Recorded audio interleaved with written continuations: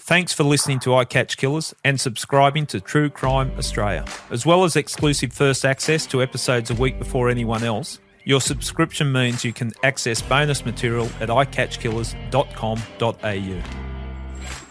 The public has a long-held fascination with detectives. Detectives see a side of life the average person is never exposed to. In this podcast series, I Catch Killers with Gary Jubelin, I'll be interviewing a whole range of people you come across as a detective, including police, bad guys and victims. I spent 34 years as a cop. For 25 of those years I was catching killers. That's what I did for a living. I was a homicide detective. I'm no longer just interviewing bad guys. Instead, I'm taking the public into the world in which I operated. The guests I selected have amazing stories from all sides of the law. The interviews are raw and honest, just like the world they inhabited. No one who steps into the world of crime comes out unchanged. Join me now while I take you into this world. This episode of I Catch Killers contains conversations that some listeners may find confronting or triggering. Discretion is advised. Welcome to another episode of I Catch Killers. Today you're going to get an insight into policing from top to bottom.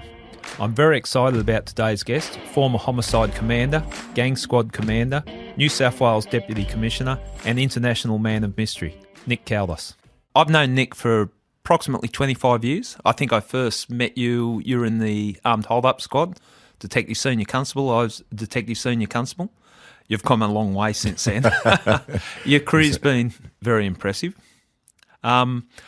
I think it's fair to describe you as probably the country's most experienced police officer, both domestically and internationally. You don't have to comment on this yet. Stop it. But really, I've looked at your CV and what you've done just in New South Wales. Talking about New South Wales, first of all, you've headed up the homicide squad, gang squad. You've been in counter-terrorism. You also did work with the undercover police and all sorts of different things, and retired at the rank of detective Deputy Commissioner. Sorry, I keep looking at you and I keep saying the detective, but we'll call you Deputy Commissioner. But that's just the start of your career in policing, because your career outside of New South Wales is quite extraordinary, some of the things that you've done. And I'm just going to read through a few of the things.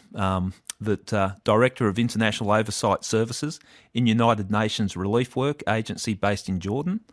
You're also Chief Investigations in the UN Organisation for Prohibition of Chemical Weapons, leading investigations into the use of chemical weapons in the Syrian conflict. Chief of Investigations, United Nations Special Tribunal for Lebanon, leading investigations in the assassination of the Lebanese Prime Minister, Rafik Hariri, and 21 others. Deputy Chief Police Advisor with the Coalition Forces in Iraq, member of Operation Canova's Independent Steering Committee, which is a Scotland Yard investigation of numerous murders allegedly committed by the IRA during the troubled times in Northern Ireland. You are also, I'm starting to get tired, you are also a graduate of FBI's Hostage Negotiation Program, FBI's Leadership of Counter-Terrorism, and the FBI's National Executive Institute. Nick, you're starting to annoy me. Have you actually done anything in your career? No, I just goof off. Look, first of all, welcome to the podcast. It's a real privilege to have you here. Thank you. Our history goes back a long way, and you were my commander at Homicide, and I think that was some of the best years at Homicide when you were leading the squad there. I want to ask you a few things, but I want to know who you were before you joined the police. What's your background? Okay. I'm Egyptian born. I was born and brought up in Egypt. My family comes from the south, from a city called Asyut, which is about 6 hours south of Cairo. We're Christians. We're Coptic Orthodox, so we're a bit of an oddity, Christian Arabs, which a lot of people in the Western world sort of struggle to understand. But we migrated here when I was 12 years old. Came out in 1969. I had a couple of jobs before I joined the cops. Mainly I worked in an insurance company, but I knew I wasn't going to do that for the rest of my life. But the social life was fantastic, and it took me a long time to decide to move on. I also wasn't sure if I was tall enough to get into the police, so I thought I'd give it a go, and when I did, I was tall enough and I got in.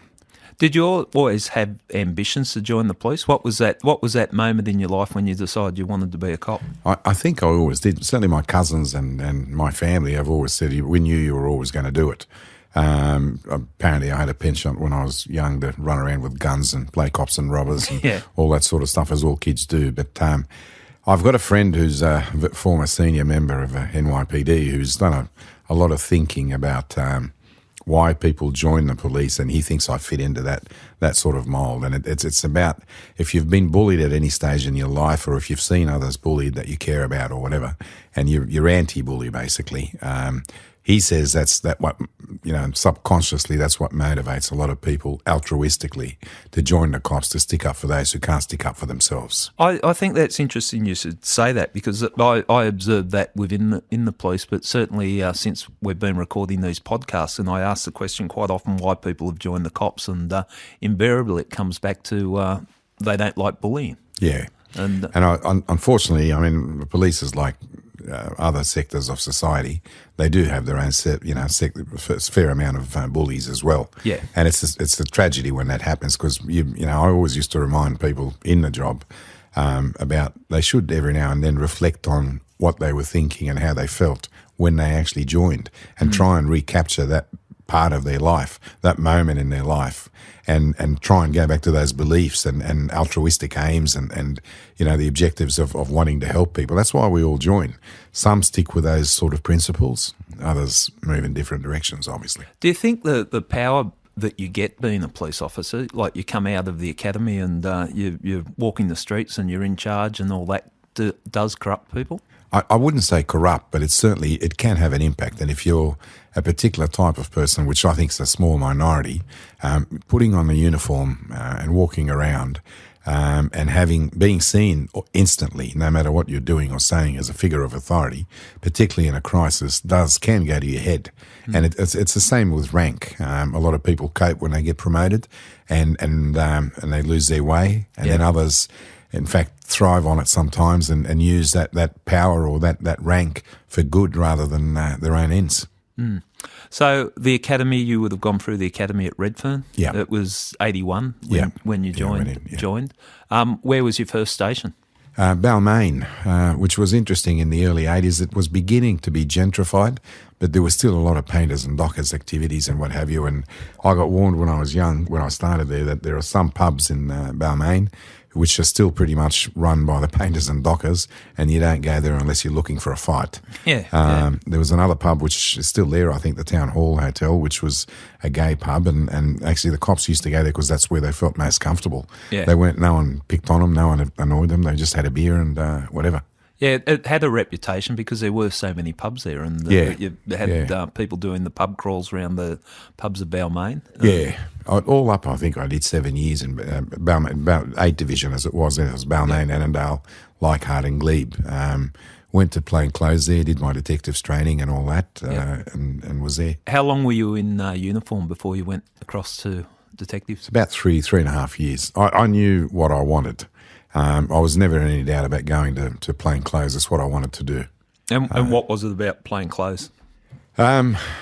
It's hard to put words around it, but in reality, I think you make more of a difference. I mean, all police do an enormous amount of good, and I, like you and everybody else, am incredibly proud of what they do. The men and women out there every day slogging away. But I felt you do a lot more, and you use your brain perhaps a lot more being a detective and having a sort of doing a greater amount of good, certainly in terms of fixing things for victims who are helpless and can't help themselves, whether it's rape, robbery, murder, whatever it is. You do a lot of good in that space. That's how I felt. And you can see things through from start to finish. Exactly, too, which is think. the other thing, yeah. But I also, sitting here as two retired detectives, I think we'd both acknowledge the work of the frontline troops, of the uniform officers and all that, quite often as detectives we get the profile or the glory, but a lot of the work and the sharp end of the policing is with the people on the street in Very, uniform. very, very much so, very much so. Yeah, because it is a tough gig. Yep, it is. I mean, I would argue, detectives and other specialists, crime scene people, forensics, helicopter people, whatever, you're good at normally one thing, but I would argue that the general duties police, the first line of response, actually are the ones that have to be experts at so many issues. Dog complaints, domestic violence legislation, traffic, you name it. They have to deal with an enormously wide range of offences, legislation and regulations. And in many ways, they're the ones that should be getting a specialist allowance. Yeah. Look, I agree that it's a tough gig for them. Going into plain clothes, what did you wear? early mid 80s. What was the outfit? I had a beautiful big mustache. Yeah, which, I could imagine. I noticed they're coming back, and I'm very happy about that. I don't think my wife is so much. She says, "You try and kiss a toilet brush and see how you feel." So I'm not allowed to have a big mustache anymore. But I bought a new suit, and I started my first workmate or partner at Balmain Detectives was a fellow called Jeff Halliday, who's an absolute legend in the police. He passed away a few years ago. He had motor neurone disease. He'd also played top-level rugby league for Canterbury Bulldogs many years ago, but just an absolute gentleman. I'm fond of saying he's one of the people who taught me everything I know. Yeah. He had just come out of the homicide squad, which was a big deal. To have been in. He'd worked with people like Roger Rogerson and others, and knew them all intimately. I learned a great deal just working with him, and I was really blessed to have a workmate who'd been there and done it all. And it's not so much necessarily what to do. Often, as you know, it's what not to do.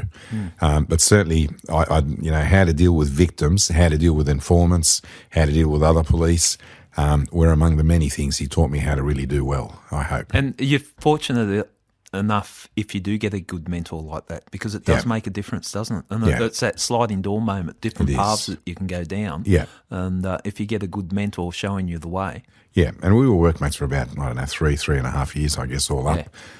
Before I went anywhere else. But I still feel, and I've given a lot of young guys and girls advice over the years, that they're better off doing their detectives training and designation in a normal station where you get to see a real wide variety of offences and you learn how to deal with people in crisis and all of that sort of thing before you move to a specialist area like drugs or armed robberies or whatever. I share that view. That is so important. You need that base of cross-section of work.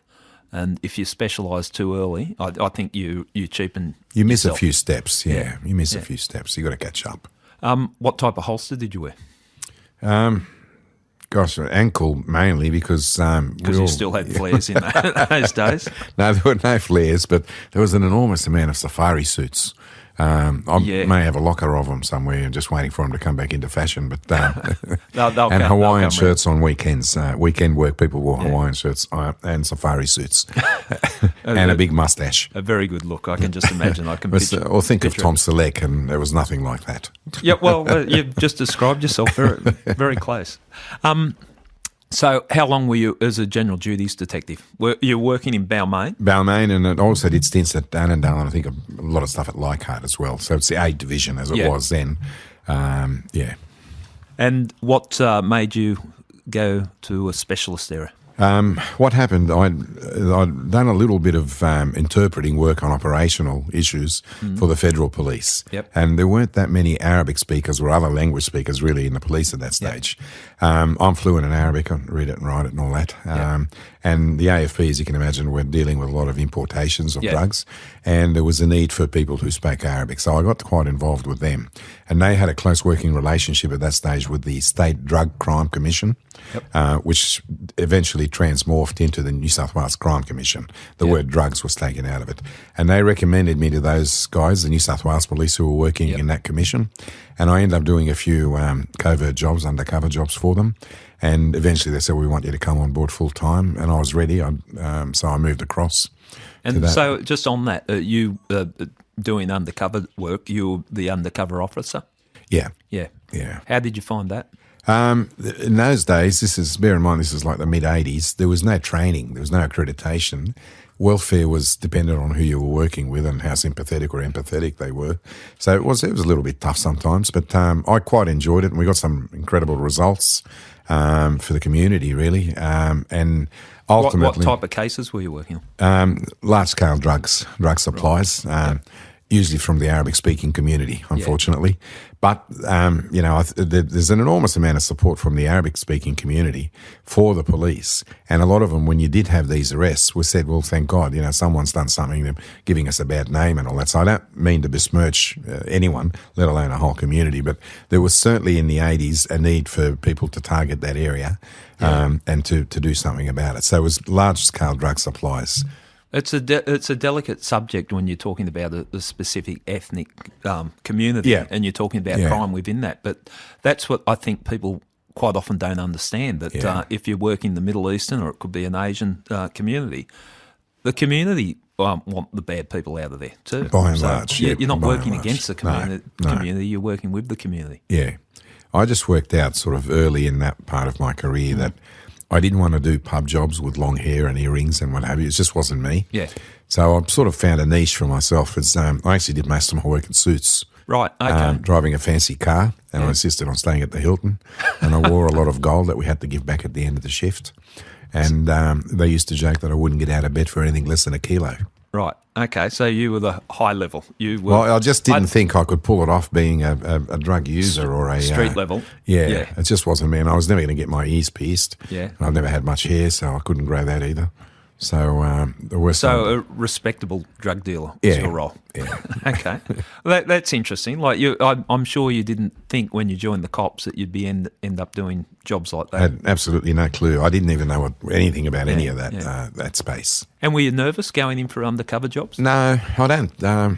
No, I don't think. No, I don't think I was nervous. So you don't want to fail, obviously. As with anything, you don't want to go into something feeling, well, it's okay if I mess it up. Yeah. The thing with areas of law enforcement like undercover work is that a lot actually depends on the individual involved, and you do feel that pressure, and it's about you failing or succeeding. You can't sort of blame anybody else much. You can, obviously, in some circumstances, but the reality is a whole lot more than usual depends on one person or two people, if there's two role players in the job. And you don't want to let anyone down, and you want to succeed, obviously. You want to get the job done. Did you find that a rewarding part of your career? Definitely. Yeah. And not only with the sense of achievement you get and getting drugs off the street, or if it was guns or whatever it is you were purchasing and so on, you also feel you've made a contribution, and it's a very personal contribution. It is a team effort for sure, but unlike many other fields, if not all of them in law enforcement, it's one what you personally do can make or break the whole operation. Yeah, yeah. And so after undercover work and working with the federal police, you found your way into the Armed Hold-Up Squad? No. So the State Drug Crime Commission, which was actually a New South Wales body, not federal, Yeah. but worked very closely with the AFP most of the time. I went to the Drug Enforcement Agency, as it was then, which was created out of, so they effectively moved all the detectives and surveillance people from the State Drug Crime Commission, the Drug Squad in the CIB, and all the regional drug squads, and formed into one body, which was the DEA, the Drug Enforcement Agency. I was there at the inception or the beginning of that in 88.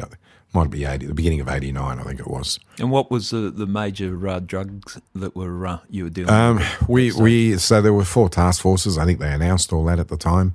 I was on Task Force 3, which was mainly looking at cocaine and sort of the eastern suburbs set and more, Sydney-based. Dare I say, Anglo-Saxon types, rather than any ethnic group. Other task forces had specific roles targeting particular crime types and ethnic groups. Right. And do you think you made a difference? I Fight hope so. against drugs? Yeah. Look, there's a debate, as you know, and it's still ongoing and probably will be for some time, about whether it's a war on drugs and whether we're winning it or not. I've never liked the term war on drugs. But the reality is it is a dreadful thing, and we've seen far too many families and people destroyed by drugs. So I don't for a minute advocate that we should rest and say, well, let's just legalise everything. And I'm not in favour of legalising much at all, but I am in favour of decriminalising some issues for personal use. Yeah. And I think it's unnecessarily may drag some people into the criminal justice system when you can avoid doing that and get them on a better path to be better people. But the reality is that it's a huge problem. It still is. The only thing that changes is a commodity. We've gone from heroin or grass to heroin to cocaine. Up to amphetamines and all different types. And now I understand with sort of heroin, we've had a drought on and off for 20 odd years now. thankfully. You never really know what's out there at the moment. I think amphetamines are probably still the single biggest problem. But really the key to solving all those issues is educating and cooperating and harnessing the communities and the families. That's the only way you're going to get in. We don't belong in the lounge rooms. No. Trying to tell people what to do. Yeah, it's a difficult one, but it drives so much crime, doesn't it? And like in the 80s with the heroin and the break and enters that flowed on from that, and armed hold-ups and that type of crime to feed the addiction. Yeah. But it is a battle. It's a battle, and from law enforcement point of view, there's different ways that we can approach it. But But I think it's a healthy discussion to have, and we should never say we don't want to talk about it. Whether it's a war, whether we're winning it, all of those things are worth discussing. Yeah, okay. Where did you go to after that? Then I went to the Armed Hold-Up Squad, Northwest Region. So what years was this? This is 91, 92, 93, probably into 93 I was there. I'd been married and got married, and it's just begun to sort of have kids. Yep. And the thing with drug work is you'd go out and wouldn't get home for 2 or 3 days because you're following someone and you end up in Queensland or whatever. And I couldn't keep that up, and I'd done that for quite a few years. I felt it was time to sort of settle down a bit, especially having kids, and to be home a bit more often. And I decided to look around, and the Armed Hold-Up Squad appealed to me, so I was accepted and I went there. And how'd you find your time in the stick-ups? Very, very good. Probably in terms of camaraderie, it was one of the best officers I'd ever worked at. There's a sense of humour. The guy who was the boss of the squad at the time, on my first day, we obviously had a chat about how things work, and he just said, look, this is one of two things are going to happen. If the guys in the squad and there were no girls at that stage, he just said if they start putting shit on you, pardon my language, you're going to be okay. But in a few weeks, if they're ignoring you, it's not going to work, and we might have to look at what happens next. Anyway, it took 2 days. And they started putting shit on me, and everything was fine after that. So you fitted in. I fitted right in. It was a bit that way in the Armed Hold-Up Squads, wasn't it? Because I was in North Region in the early 90s, and you either fitted in or you didn't, and it was almost testing you to see if you fitted the type of work. Yeah. But, with squad work generally, when you get a group of people together, guys and girls and all that, there'd have to be something wrong with them if they didn't build a certain esprit de corps and pride in each other and protectiveness towards each other and all of that sort of stuff. I don't see that as negative at all. I think it's actually really positive. In any team building textbook that tell you this is a good thing to nurture. But we did go through a period in law enforcement, particularly after the Woodrow Commission, where they discouraged that. They said, you shouldn't be friends. You should be dobbing each other in if someone does something wrong. I'm not for a minute condoning any wrongdoing, but I think in many ways we sort of threw out the baby with the bathwater. The reason I'm bringing that up now is I think the Armed Hold-Up Squad is a classic example. Being a detective sort of had a bad name for a while. I don't think it does anymore, and hopefully it never again. But the reality is that some people felt they didn't want to go to plain clothes because it was in some way was going to lead you to corruption, which is far from the truth. Well, we were around that time after the Woodrow Commission, and being a detective, it was almost like a disgrace. It was looked upon by some the public and some police, and it was almost like it was something you should be ashamed of. And I know throughout your career you've pushed back on that, and so have I. I'm proud of the work that we did as detectives, and I understand what you're saying about creating that team environment. And I think in homicide I worked under probably 8 different commanders, and I'm saying this very early, and in regards to the podcast, I was going to talk about later. I don't know what's happened there, but there was 8 different commanders I worked under, and I know when you were running the squad, it was one of the happiest times in the squad. We weren't competing against each other. It was it felt like you were there as a team, and if someone took a hit, we all took the hit, and we'd share each other's success. As it should be. It should be. And is that an environment you deliberately I think it's one of the reasons I gravitated towards squad work, major crime, but also I hope I've done my best in 35 odd years to nurture and encourage people to go into plain clothes and to see it as a noble cause. It really is a noble cause. Yeah. Because you really, whether it's you're investigating rapes or murders or armed robberies or whatever it is, you're helping those who can't help themselves. You're sticking up for those who couldn't stick up for themselves. Yeah. And that's the part that appealed to me, obviously. But I without being too political and hopefully not too controversial, I think out of the many good things that came out of the Woodrow Commission, this was one of the worst, because there was no thought to how long the commission went for. I mean, the Molan Commission and the NAP Commission, Commissions of Inquiry into Corruption in NYPD, who had a lot more problems than we did, they both said the same thing. You do it in 12 months and you get out of there, because you destroy the spirit of the organisation if you go for too long.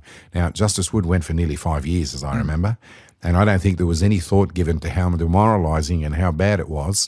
The amount of deliberate media coverage that they fed to the media that was very sensationalistic. And there were people, police and lawyers and others, who worked for in the Woodrow Commission, who were bragging about having paid off their houses and what have you, while we had double-digit suicides. Yeah. And, I don't think anyone does anything perfectly, but certainly the Woodrow Commission, for all the good it did, made some very serious mistakes. Yeah, it was savage, wasn't it, the way it came through and Yeah. the impact it had on people. And I saw people that I knew had just been caught up with it that didn't deserve what had happened. And But there was also an air of papal infallibility about what they did. They had an unquestioning media, a docile, compliant union movement at the time. Yeah. And there were mistakes made. I mean, Yeah. Justice Wood, to his credit, went on 60 Minutes a few years ago and had to admit that they'd let drugs run. They didn't know what they were doing. The concentration was so high that a dozen odd people died on the street. Yeah. Now, if that was the New South Wales Police that had committed that sort of mistake, people would have gone to jail. Yeah, those mistakes wouldn't have been accepted. We No. would have been judged on those mistakes. But it was a difficult time. But we came through, and it changed. It changed a lot of things. After the Armed Hold Up Squad, where did you go from there? Homicide, Okay. Northwest, as it was then. It's 1993, I guess. Yep. That was then. And not long after that, I had entered the race to get promoted to sergeant. Yeah. And I got promoted. I went as a senior constable and then got promoted to sergeant there. So you went in as a sergeant at Homicide? No, senior constable Right. for a year. Oh, or two. right. Yeah, And it was then- a year or so, a year and a half or something. Got your sergeant Yeah. spot at While I was in Homicide. there, yeah. Okay. Northwest region, as it was at that stage, New South Wales was split into 4 regions in terms of the police. Northwest was one, but we had areas like Cabramatta and Blacktown, Mount Druitt and so on. But we also had the country locations, so we had Burke and Moree and Walgett. We had some pretty rough towns where a lot of things happened. And again, I think the esprit de corps was excellent in that team. And again, you feel like you're actually doing some good. The rank at Detective Senior Constable, Detective Sergeant, I think is one of the best roles in the cops. I used to say that I think the best job in the police would Yep. be Detective Sergeant on Deputy Commissioner's money. That'd be perfect. Can you get that job? That'd be a I'm good still one. looking. Yeah, find it one day. But Detective Sergeant, you get to run the jobs. You Yeah. run the homicide. You're at the coalface. You're at the crime scene, and you're involved in all Yep. the exciting stuff. Yep. There's pressure there, but it was a good role to have. Yeah, absolutely. Yeah. Yeah. One of the murders, and I'm not sure whether you were a sergeant, was the murder of Newman, the politician. Yeah, I was a sergeant when it started. Yep. Ironically, I think I was bordering on assistant commissioner by the time we finished. I personally, as you know, like dedication and commitment, and sometimes it takes a bit of time to close a case. But can you tell us about that crime? Sure. Because it is been referred to as Australia's first political assassination, and there was a lot of controversy about the whole investigation and a lot of pressure for the people working on it. So could you just talk us through that? Yeah, it certainly was certainly high profile. We had to investigate it under a really intense glare of media and public attention. member of Parliament, killed for, we didn't know why, but we certainly knew he had been a controversial figure. He advocated deporting criminals who were not Australian born, and he was a hard individual who, he had strong beliefs. By all means, by all accounts, really decent fellow, but he had fallen foul or had clashed very badly with a fellow called Phung Ngo, and Phung was a Vietnamese migrant. Newman himself was actually of migrant stock. He was Austrian heritage, I think. His real name was Nemenko, and he was from a really decent family. And then they both were competing with each other in the Cabramatta area. And I think essentially, When you say competing, what well, I think Phung Ngo coveted a seat in Parliament. Okay. There's only one in Cabramatta, and Newman was in the way. Yes. And Newman, had worked out very early in the piece that Phung Ngo wasn't a good person. So he essentially said to him, "You'll never get anywhere as long as I'm around." So it looks like Phung Ngo decided, well, if that's the case, I'm going to make sure you're not around. Yep. And that's what they did. They killed him. And how was he killed? He was shot as he got home one night in September 1994, from memory. There was a lot of pressure on the investigators. I didn't lead the investigation initially. I was only a sergeant, one of a number of sergeants. But as the months went by, Mike Hagan led it initially, and then a fellow called Bob McKean led it initially, and then eventually I took over, and then we ran with it. It took us 7 years from murder to conviction. We had 3 Supreme Court trials. There was a mistrial in the first one after about 2 months. We had a hung jury after the second one, 11-1, we know. And then the third time we convicted him. The shooter ultimately got off. There's a whole other story with that. But the bottom line is, out of all of that, it was more or less a test of tenacity on everyone's part. Yeah. We were blessed. We had Mark Tedeschi, who in my view is the best homicide prosecutor in the country, if not the world. I'll second that view. I think he's exceptional. And he really... He said this is going to be a test of wills. With some very high-profile barristers acting for Phung Ngo. To this day, we don't know how it was funded. Certainly couldn't have been from public defenders. We convicted him in the end. He appealed, as is his right, all the way to the High Court of Australia. My memory is the High Court of Australia refused to hear the appeal.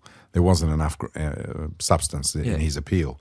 A few years after that, he was granted a royal commission into his conviction, which became a very personal sort of nasty thing. And I accept we're in a contact sport. You can't say, Caldas did a good job, but the investigation's no good. So they had to say Caldas is no good and the investigation's no good. And that was this judicial inquiry. It was Justice Patton was commissioned to do an inquiry. And was this, just putting it in context, was this after he was convicted? Yeah. Okay. Yeah, so it's an inquiry into his conviction. Right, okay. In that the allegation was that I and others had framed him. Right. The murder weapon that we found where his mobile phone had gone after the murder, we planted it apparently. Okay, that was so the allegation. they're serious allegations. They were, yeah. And that we turned a blind eye to others who should have been suspects. Yeah. Ultimately, we proved it was an 8 or 9 month inquiry. It would have cost the state a few $1 million. But we proved that pretty much or every other avenue of inquiry had been investigated and exhausted and shut down. And the only line of inquiry that remained was Phung Ngo. And then we proved he had approached 3 different groups to commit the murder, all of whom had rejected it. Ultimately, we used the powers of the New South Wales Crime Commission to squeeze the truth out of those people, and most of them did give evidence against him that they had been approached to kill Newman. There were a number of other issues, but his use of his mobile phone led us to Voyager Point and the Georges River, and we found the murder weapon there after we dredged it. Right. And it was matched ballistically ultimately by a German expert because it had been in the water for quite some time before we got to it. And the allegations were that you planted that there? Or the whole thing was a fabrication and that he had done nothing wrong. Right. There were a couple of activists, refugee activists, who, in my view, had very, very dubious views that weren't based on fact. The Four Corners program of the ABC did a big expose, which I think led quite significantly to the Royal Commission. And I think they won a Walkley Award. We tried to tell them that a lot of the information they used was simply not right. They ignored us. They refused to give back their Walkley when they were proven completely wrong in the end. And a lot of my guys were pretty upset about it, actually, Right, afterwards. Who was the crew that you had on that? Because I know it would have changed, one running that long, Yeah. but towards the end, you had a core group of Yeah, detectives there's working on it? 4 or 5 of us that stuck with it pretty much all the way through, Yeah. including the Royal Commission afterwards. We'll go into names. Yeah. There's Greg Newbury, who was my workmate or partner for 5 years in the homicide squad. Ian McNabb, Wayne Walpole, Fred Trench, and Mark Jenkins. Yeah, because all very experienced detectives that have really put in their career in the police career. So I mean, I know we'll probably you almost got the discuss- A-team together there. Pretty impressive crew. No, you're very kind. But the thing is, if we will probably discuss, leadership aspects and Yeah. so on. And one of the qualities I think anyone looks for in a leader is tenacity. Yeah. You're not going to be any good at anything if you're going to give up when the going gets hard. I didn't hear any of those guys say, it's too hard, let me out. We copped a lot of personal complaints against us that were investigated by Internal Affairs and so on, originated or at least spurred on by Fung Ngo and his supporters. Yeah. There was a group set up called Free Fung, and they were trying to get him released. It was led by a fellow called Timothy John Anderson, who had his own grudge against Mark Tedeschi, and we were sort of collateral damage, really. And, there were a lot of people that gravitated towards that group, and they saw it as some kind of Anglo-Saxon plot to frame this poor migrant. When in reality, I mean, Mark Tedeschi is of Italian migrant stock. Yeah. I'm a migrant. We're all migrants, so there was no Anglo-Saxon plot there. But that didn't matter to those who were making the allegations. They painted him as a victim of a white racist society that only arrested him because he was of a different ethnic group. And going through that sort of scrutiny and allegations and that, did that take a toll on you personally? Absolutely, all of us, I think. The tables turned completely once we charged him. We found out later on that Fung Ngo was in fact very much involved with particularly a triad gang called 5T. I won't say he was directing them, but he had a very, very strong relationship with them. Yeah, they're a Vietnamese gang. Vietnamese gang, yeah. But the Vietnamese community themselves had been bastardized, robbed and treated very badly by the gang and by Fung Ngo. So when we come to them, and Fung had painted himself as the gatekeeper theory. So he wanted to be the gatekeeper between his community and the police and the government, in fact. Yeah. And in fact, he had his picture taken with the local police commander, Alan Leake, and he got the picture put on his business card. Alan Leake, when he found out, obviously was very unhappy, and he caused it to stop. But that's how he painted himself, Fung Ngo, to the community. Yeah. If you have to come through me, I own the police. And then we come to them and say, can you give us any information? And they were never going to tell us anything. And you can't blame them. They felt, there was a gang running around extorting and killing. Yeah. And then they know how connected he is with And them. that's not unique to Asian crime, No, is it? not at all. Because Not at all. in my experience dealing with Asian crime, the community don't want to come forward, and whether it's a cultural thing or whatever, but they have concerns about. They do, and I dealing think with that's police. replicated in most ethnic communities. Unfortunately, these gangs that come out of a community tend to pick on their own community, which is a disgrace. Yeah. Now, what happened with Fung is once the tables turned, once we arrested him, people realised that we were serious, that we weren't in his pocket, and that we were investigating it properly, and had all the evidence came out about everything we'd done that proved that he had done it. So once he was arrested, the Vietnamese community completely changed their attitude. I learned a great deal in that investigation about community engagement, communicating with them regularly at a time when there is no crisis, and then it's like a bank account. You deposit goodwill and you can draw on it later on. And so when It's an interesting lesson in policing, isn't absolutely. it? Yeah. So when Fung was arrested, I'm happy to say, he has not seen one day of freedom since the day we arrested him. Yeah. He was bail refused all the way through. There was some very spirited Supreme Court bail applications led by Brett Walker QC. But when he was ultimately refused bail in the Supreme Court, there was a petition handed up to the judge with about 1,000 signatures on it, or maybe 500 or 600 signatures. I can't remember the number. Vietnamese community leaders and people who were begging the judge not to give him bail. The judge said, I can't take that into account. It's not appropriate. But they filled the court. Yeah. And when he was bail refused, we got a standing ovation from the community. Well, that's pretty telling, and that's a rarity, isn't it? Well, I've never- in a policing career. It was very rare.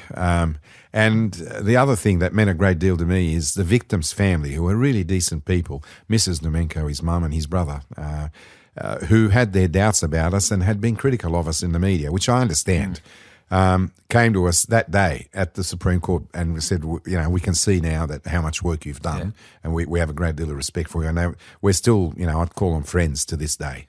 That's interesting. I'd like to talk about that just a bit, how important it is, that relationship and bond that as a homicide detective you have with the victims' families, because you come into their life at probably the worst time of their life and they're confronted with just sheer horror. There's no other way to describe it. Yeah. And you're the person that's responsible for solving it.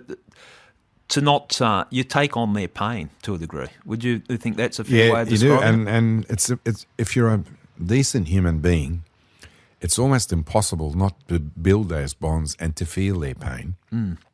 And you can harness that. It helps you get the job done. It makes you motivated to solve it for them. And you take a great deal of satisfaction from being able to tell them what happened to their loved ones, particularly in no body murders where the body hasn't been found. But you've also got to remain balanced, and you have to finish. You have to do the job. You've got to do it professionally. You can't let it influence your judgment.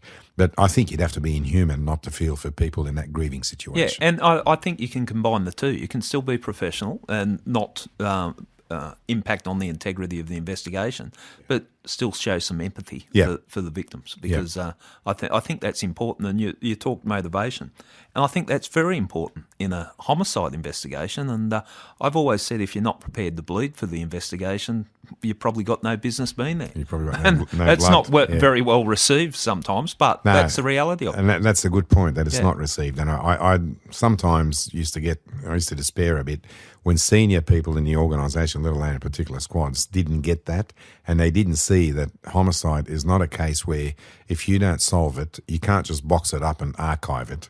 You actually have, whether you arrest someone and solve it or you don't, there is a judicial review, a judicial process that's going to look at what you did and what you didn't do. If you don't arrest anyone, you go to the coroner's court. If you arrest someone, you go to the Supreme Court.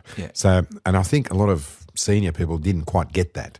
The fact that you can't just, for the numbers' sake, box it up and put it away. And then there's the issue of telling the parents that you've stopped investigating their son or daughter's murder or their loved one's murder, and because our numbers are bad this month. I mean, I could never cop that approach, and I think I did a great deal to fight it and to entrench in the systems, processes, so that wouldn't happen.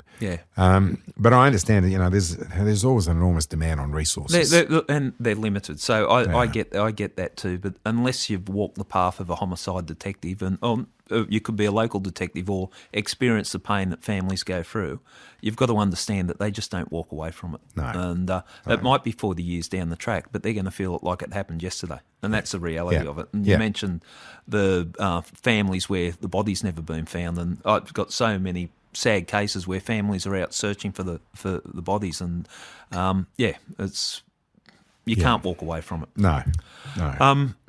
So with homicide, the times in homicide, you also were involved in undercover work.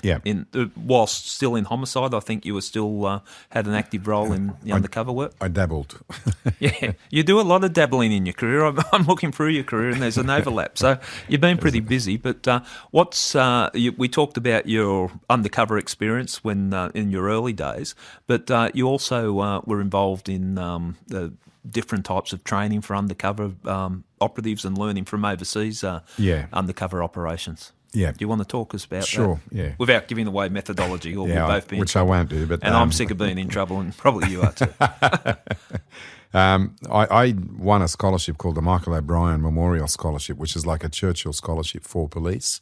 It's funded and began in memory of a very famous New South Wales detective called Michael O'Brien, who died way prematurely of cancer, very respected. And I was really humbled to win that award. And so I travelled to Canada and America and just had a look at how they conduct covert operations generally. Training, reassimilation, welfare was very important to me, and fixing all of that up so that, the people who do that sort of work are looked after. And I brought back a whole bunch of ideas and training material and so on.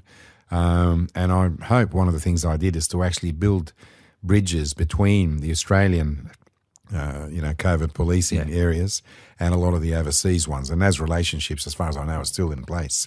They still liaise regularly and discuss methodology, equipment, training, accreditation, all of those sorts of things.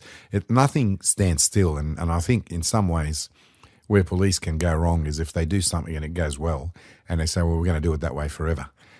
Nothing stands still, and you've got to stay abreast. You've got to look at what others are doing, and certainly in that space, it was important that we caught up. We were a little bit behind. Well, I know when you came back with that expertise that you'd picked up from overseas, it was implemented across the state on various cases without going into the details. Yeah. But it was something that just upskilled everyone. And it's actually accepted nationally. I made 10 recommendations, and all of them were accepted nationally, which I'm pretty happy about. And without going into details, it was all about using undercover police in non-drug investigations. Yeah. I saw them as a tool that could be used in a much more wide array. Yeah, and that is such an interesting concept because the perception prior to that was you use the UCs to buy the drugs and the drug deals and all that, but bring them into other investigations. And there was no reason other than we didn't see it. We've always done it that way.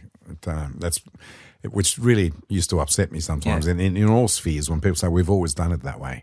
That is a horrible saying when you hear that. That makes me think, well, that's why we're going to change it. But it was changed from that. So when you came back, and there's a whole generation that's come up. I mean, I'm old now, but there's many others followed in my footsteps, I hope, and pursued those relationships, pursued the learning and being able to cooperate with other agencies and so on.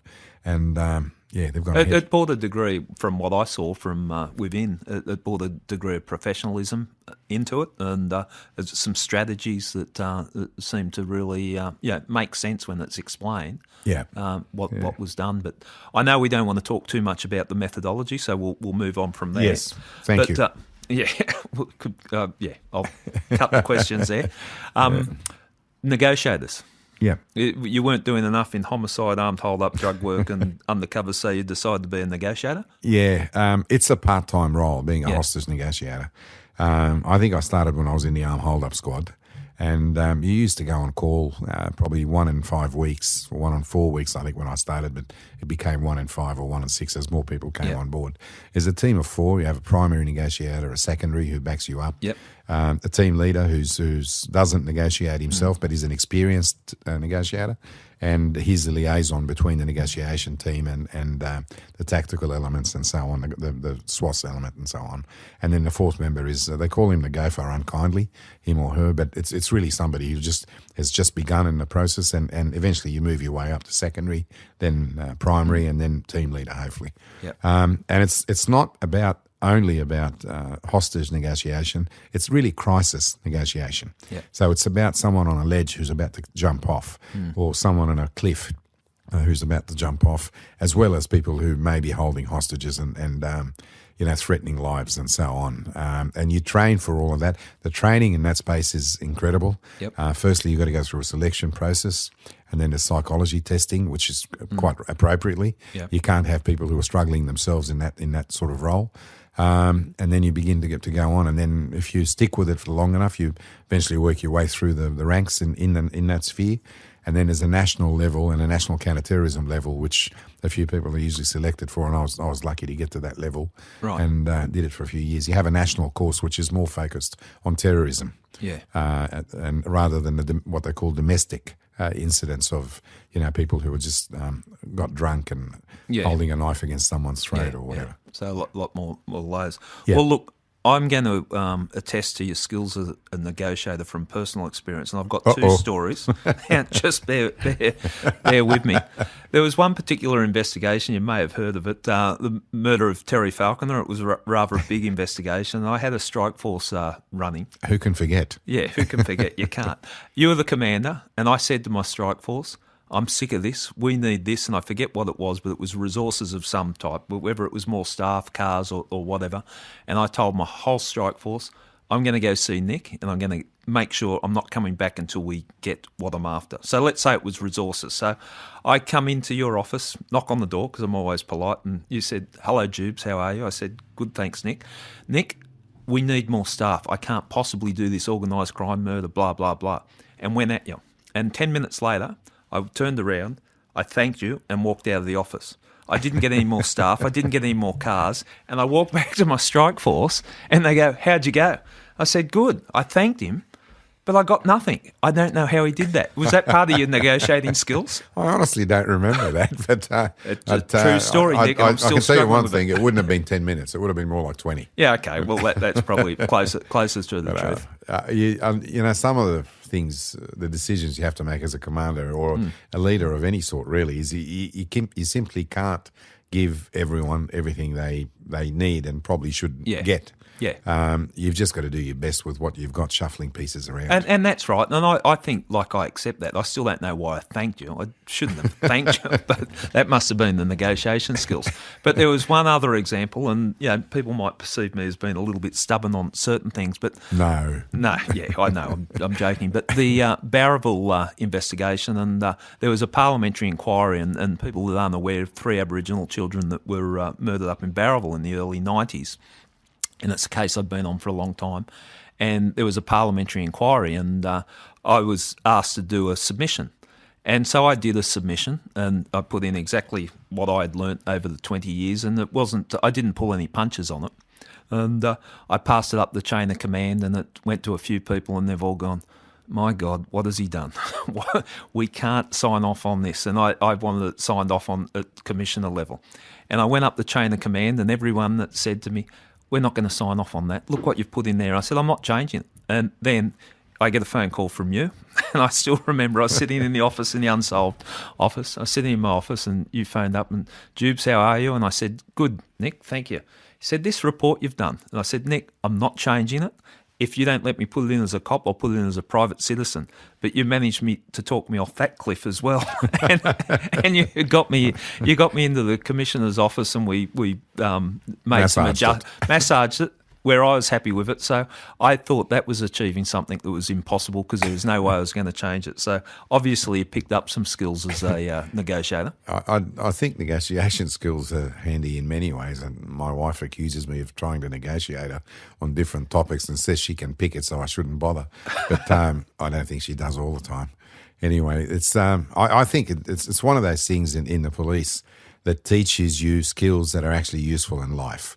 It's about finding compromise, consensus, and so on, where people say there's no path forward here. Yeah. There's no way we're going to get through this. They're two sides of, vehemently opposed and whatever, entrenched positions and so on. It teaches you how to resolve all that. And sorry for interrupting, but You're right. that is a good skill of a police officer too. I think most police, and I used to say this often, most police are actually negotiators. Yeah. It's just that they haven't done the course and they're not labelled as negotiators. But every domestic you go to, every violent confrontation between neighbours or whatever it is that you may go to, you actually use negotiation skills. Yeah. And you hone them, and some people are better at it than others, and hopefully the system is such that they pick up those who are good at it and they get a run in that particular space to develop them even further. And because you see good police officers, just the old sergeant in the charge room with Yeah. the angry prisoner Yeah. that can turn the prisoner around to the point where they sit down and they're laughing and joking and happy, and the cop hasn't conceded anything, but just had the skills of... the person's been charged and they're going to court. To turn him around. So I think it's a way that you approach situations. Which is really, it's important because for police generally, it's the whole point of your interaction with the public is how you treat them and how you make them feel about yourself and about the police and everything else. That's what really matters. It's about, you got to get the job done. We'll always get the job done.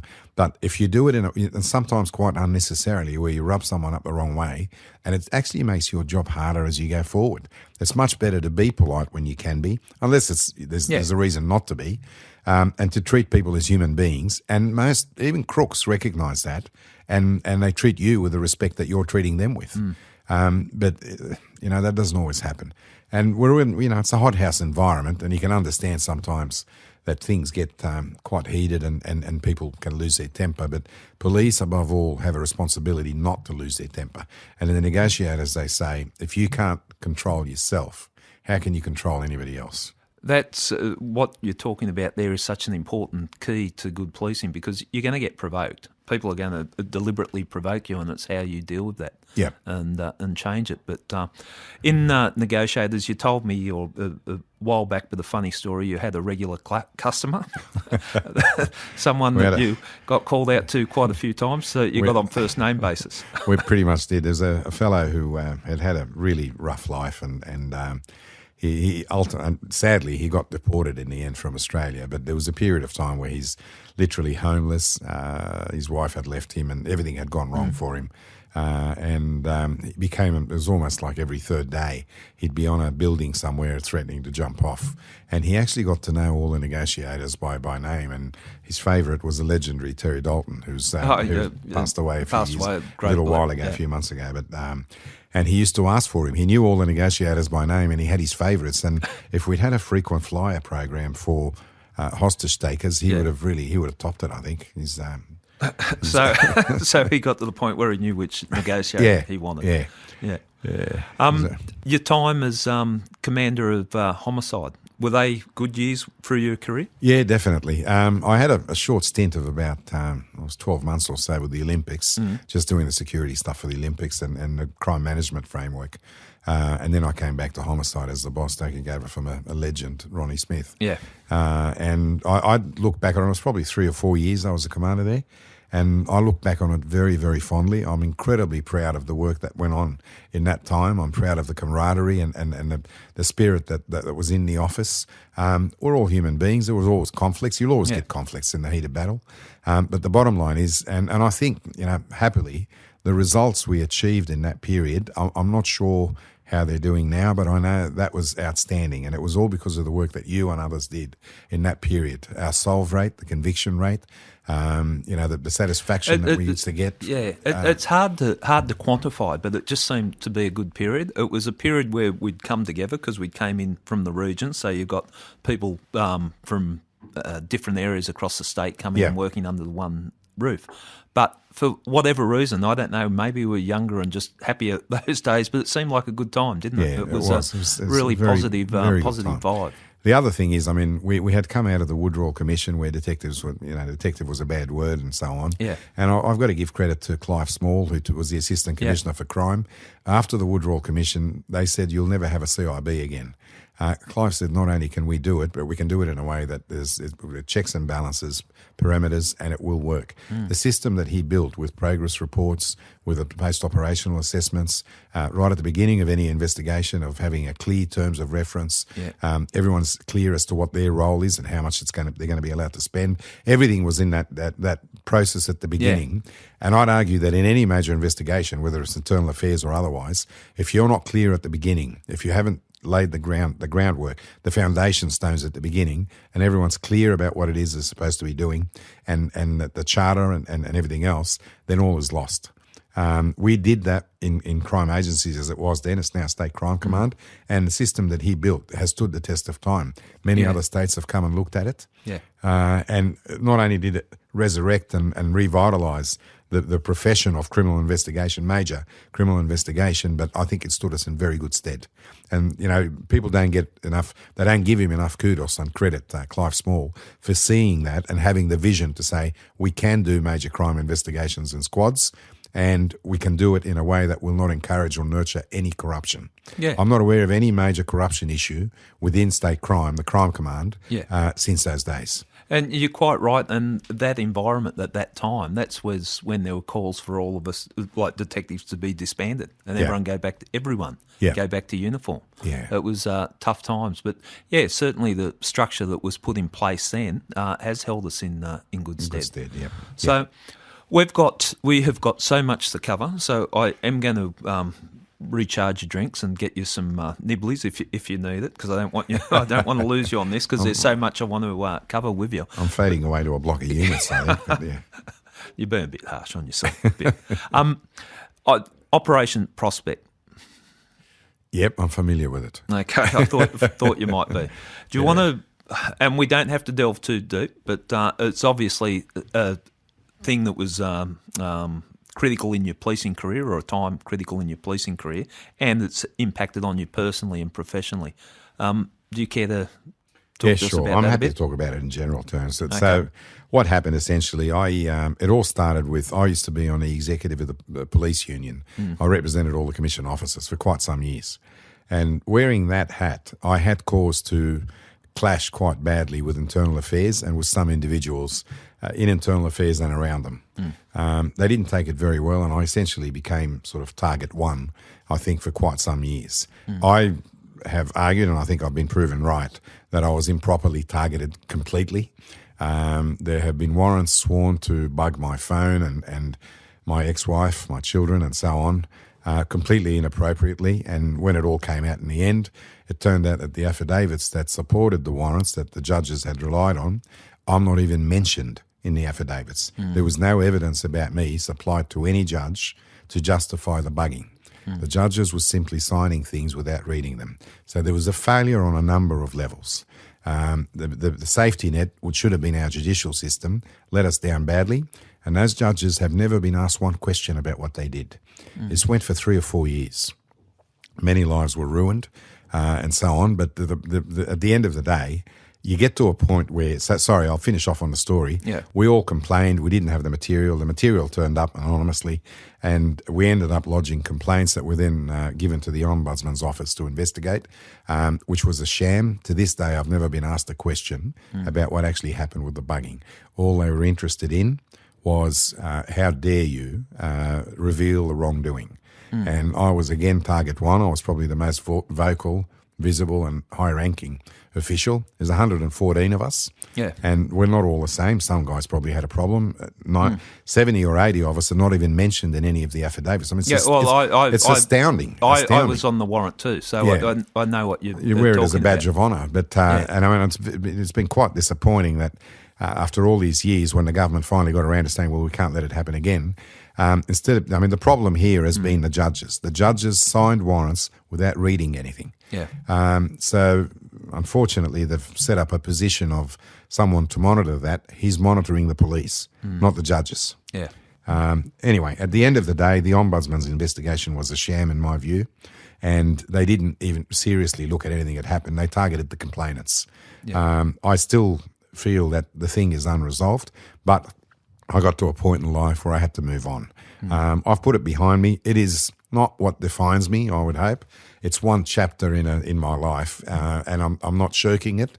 But the bottom line is, I had to move on for my own well-being, really, and the well-being of my family. Because it did. I've put it behind me. It took an impact, and would you say that cost you your career in the New South Wales Police? I don't know. I wouldn't say that. In the early days when they were investigating me and so on, and ultimately they were proven. Couldn't even put a serious allegation to me. I've never actually had an allegation put to me that I could answer. But they did hold me up, internal affairs and otherwise, from being promoted for 3 or 4 years. Ultimately, I cleared all the hurdles and went through. But what happened next, I had to complain about what the Ombudsman's office was doing, and I felt I was doing it on behalf of many people, not just me. There were those in political circles and otherwise who said, if you do this, you might win, but you'll never be commissioner. And I thought about that deeply. And I thought, it's about looking at yourself in the mirror in the morning. And I did what I did. I lodged complaints. The minor political parties and Labor backed it. We had an upper house inquiry in the Parliament of New South Wales, which in my view, conclusively showed that the Ombudsman's inquiry had run off the rails, was completely biased and didn't look at what they were set up to do. Barry Farrell, who was Premier at the time, who set up the inquiry, referred it to the Ombudsman, has written at least 1 or 2 letters to the editor saying it completely thwarted the intent of Parliament. Now, at the end of the day, though, I have absolutely no regrets. And if I had my time over again, not only would I do it again, I'd go harder. Well, I like that attitude, that if you stood for something that you believe in and you accept the consequences either way. And, at least, as you said, you can look at yourself in the mirror. And, there were a number of people, and the Ombudsman himself gave evidence before the Parliamentary Committee about a very credible, well-known assistant commissioner who they bastardised in hearings to the point where he fell out of the witness box, collapsed, and they had to get an ambulance for him. Yeah. That was someone who was very near and dear to my heart, and he had nothing to do with any of it. Yeah. I mean, the thing that upsets me, I guess, and I'm sorry I'm digressing, but these oversight bodies that get given Royal Commission powers, and we effectively throw out one of the pillars of our justice system, the right to silence. You throw out the right to silence, they can compel people to answer questions and incriminate themselves and so on. With extraordinary power should come extraordinary checks and balances. That's not what happens either in New South Wales or in many other places. And I think there's a salutary lesson here. Those who are calling for an ICAC-style body in the federal sphere must have a good look at what has gone wrong in New South Wales, not just with the Police Integrity Commission, not just with the Ombudsman's Office, with ICAC. Anybody that has super judicial powers must have a hell of a lot more oversight than they do at the moment. Yeah. I'll get off my soapbox now. I've got it off my chest. No, it had to be said, and I can see and hear it has had an impact on you. But I think you held your head high throughout, and congratulations on that. On a personal level, I and many others decided to simply put it behind us and move on at the end. Well, I think you've got to make that decisions in life on different things where you do have to move on. Yeah. Speaking of moving on. Nice segue. So I'm getting used to this, Nick. You'll become a professional at this. No, let's not carry it away. We know I'm going to trip over soon.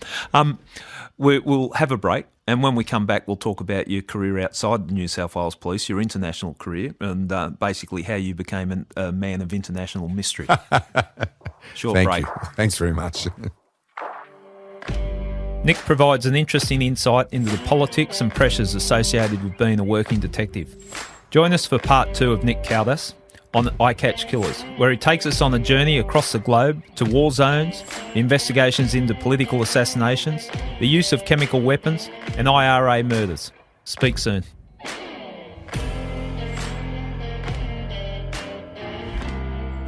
This podcast series is brought to you by True Crime Australia.